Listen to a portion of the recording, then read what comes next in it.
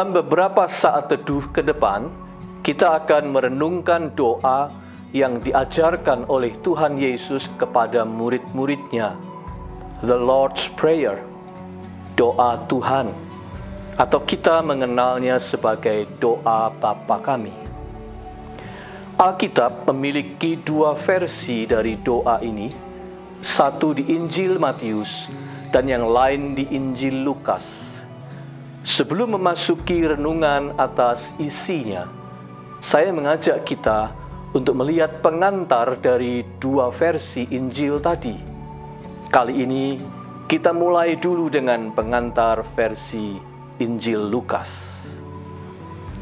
Pernahkah Anda mencari seseorang dan akhirnya berhasil menemukan dia dalam keadaan sedang berdoa?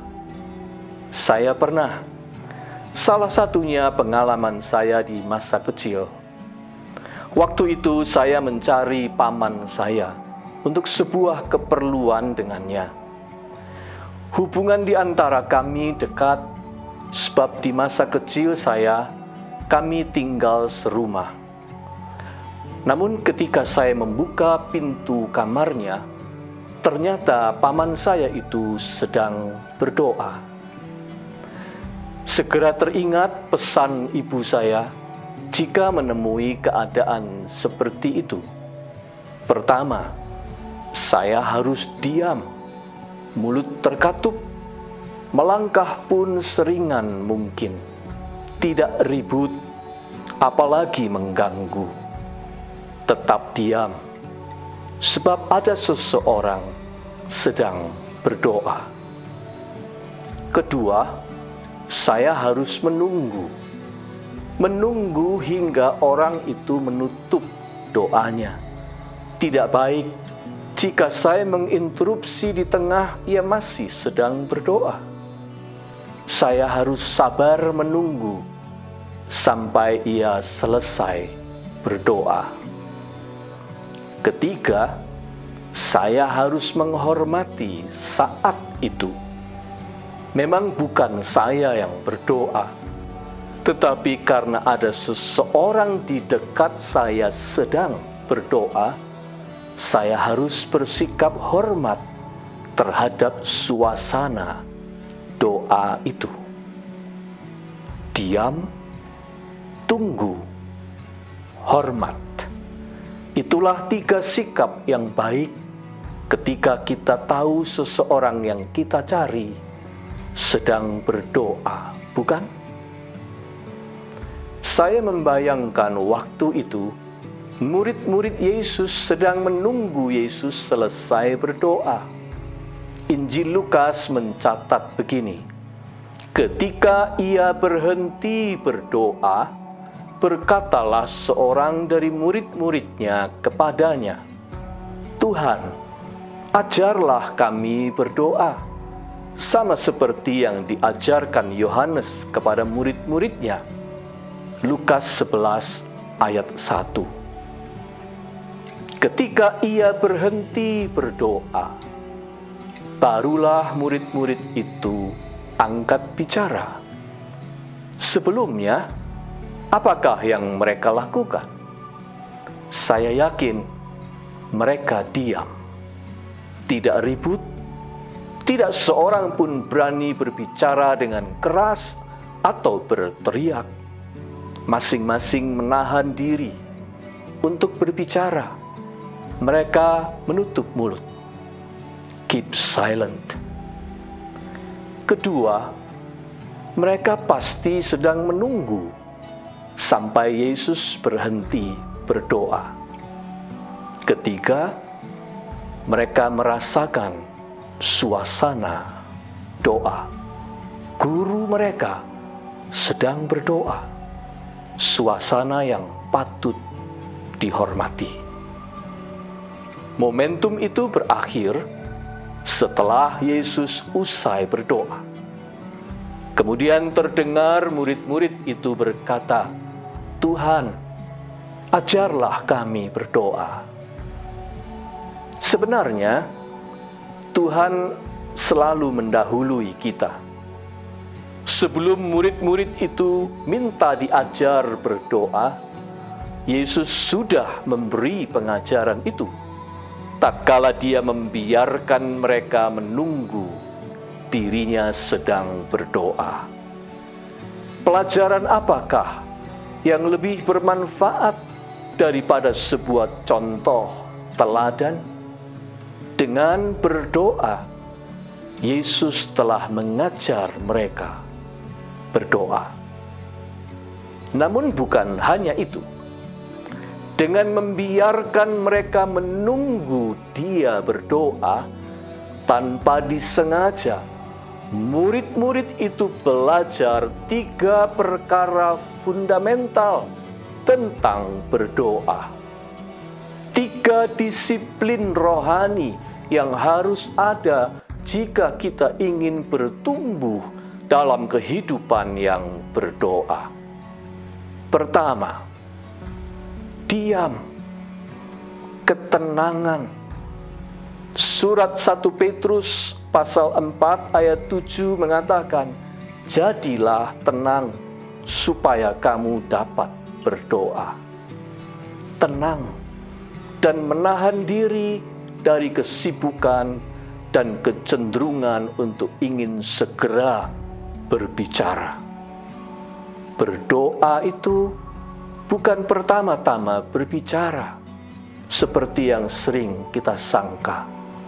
Justru sebaliknya, kita perlu menjadi tenang untuk lebih bisa mendengar. Diam agar lebih sanggup untuk mendengarkan dalam keheningan, mendengarkan gejolak emosi, mendengarkan percikan inspirasi, mendengarkan bisikan hati yang murni, mendengarkan Roh Tuhan menyapa. Hening. Prinsip atau fondasi pertama dalam berdoa, disiplin keheningan. Yang kedua, menunggu, menanti. Menunggu itu berkaitan erat dengan kesabaran. Kesabaran berkaitan erat dengan ketekunan. Saya tahu ada doa-doa kita yang mendapatkan jawaban segera, langsung dijawab. Puji Tuhan. Tetapi saya juga tahu ada lebih banyak lagi doa-doa kita yang seperti berada di jalur antrean panjang menunggu giliran. Butuh waktu yang tidak singkat untuk mendapatkan jawaban. Bahkan ada yang tidak kunjung terjawab juga sampai kita menyadari bahwa ternyata jawabannya berbeda dengan yang kita harapkan.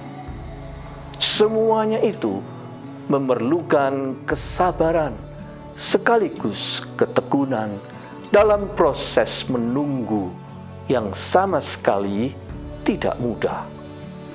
Sebab pada akhirnya, seperti kata C.S. Lewis, ketekunan kita dalam berdoa bukannya mengubah Tuhan, melainkan mengubah diri kita sendiri.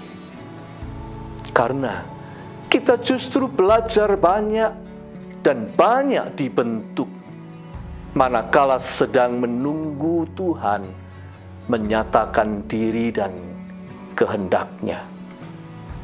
Prinsip atau fondasi kedua dalam berdoa, disiplin kesabaran atau ketekunan. Ketiga, menghormati suasana. Jika kita tidak bisa menghormati orang lain yang sedang berdoa, jangan harap kita sendiri akan menjadi pendoa yang baik. Mengapa?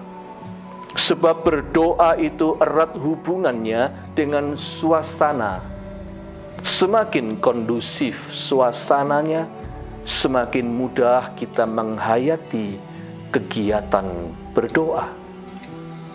Meski kita tidak sedang berdoa, namun jika kita terbiasa menghormati suasana doa, maka ketika kita menyadari seseorang sedang berdoa, mendengar orang lain berdoa, atau mendengarkan irama musik bersuasanakan doa, tanpa disadari, hati kita pun terasa mengalir larut di dalamnya, ikut berdoa. Itu namanya kita dihantar masuk dalam kesadaran akan hadirat Tuhan. Dan hadirat Tuhan erat kaitannya dengan tanggapan dari pihak kita berupa sikap tunduk, hormat, dan merasakan pesona sekaligus kesuciannya. Prinsip atau fondasi ketiga dalam berdoa, disiplin menghormati hadirat Tuhan. Bayangkan betapa dahsyat Yesus mengajar murid-muridnya berdoa. Sebelum dia masuk lebih jauh pada kedalaman isi doa yang hendak diajarkannya, Yesus sudah memberikan pengantar yang luar biasa. Belum berbicara apa-apa, masih sedang berdoa dan menyuruh murid-muridnya menunggu, Yesus sudah mengajarkan makna berdoa. Marilah kita terus membangun ketiga disiplin rohani tadi: keheningan, kesabaran atau ketekunan, dan hormat akan hadiratnya. Kiranya ketiganya ini menjadi bekal yang sangat kita butuhkan untuk menghayati kehidupan yang berdoa, serta jangan jemu untuk terus berkata kepada Yesus, "Tuhan, ajarlah kami berdoa."